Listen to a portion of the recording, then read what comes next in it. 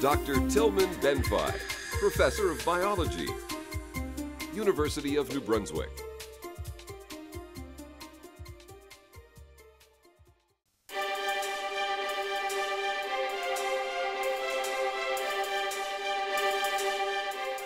We have a very large aquaculture industry already in the Bay of Fundy that's farming Atlantic salmon. And it's an industry that's developed over the last 30 or so years and is at a point now where the production of farmed salmon, both here in New Brunswick but around the world, has become so large that it's hard to make a good profit with farming salmon. So what we're looking at is developing alternative species to complement the salmon farming industry. So that's what we're working on, is specifically halibut as one of the alternatives to salmon. Other people are working on cod as another alternative species to diversify the aquaculture industry. The outcomes we hope for, obviously, are that we can demonstrate that this is a biologically and economically feasible prospect to farm Atlantic salmon in the Bay of Fundy. That would be the ideal outcome. The early life history of halibut is quite different from salmon. They spawn in salt water rather than fresh water.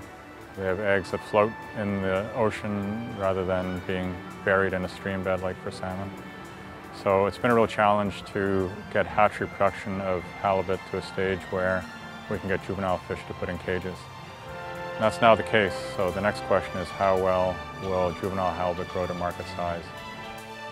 The salmon aquaculture industry is the biggest contributor to the local economy in Charlotte County. So we have a region that historically was economically depressed with decline in commercial fisheries, has seen tremendous growth through the aquaculture industry. If we can develop species not just to complement Atlantic salmon as a species for aquaculture, but also to expand the range in which we can do aquaculture, that would have tremendous economic benefit. So really we don't want to replace Atlantic salmon as an aquaculture species, we want to build on that success. It's easy for me to stand here and talk about the project in a global sense, but it's the students that are actually there collecting the data that we need at the farm. It's the employees at the farm that are working with them that are really the heart of this project.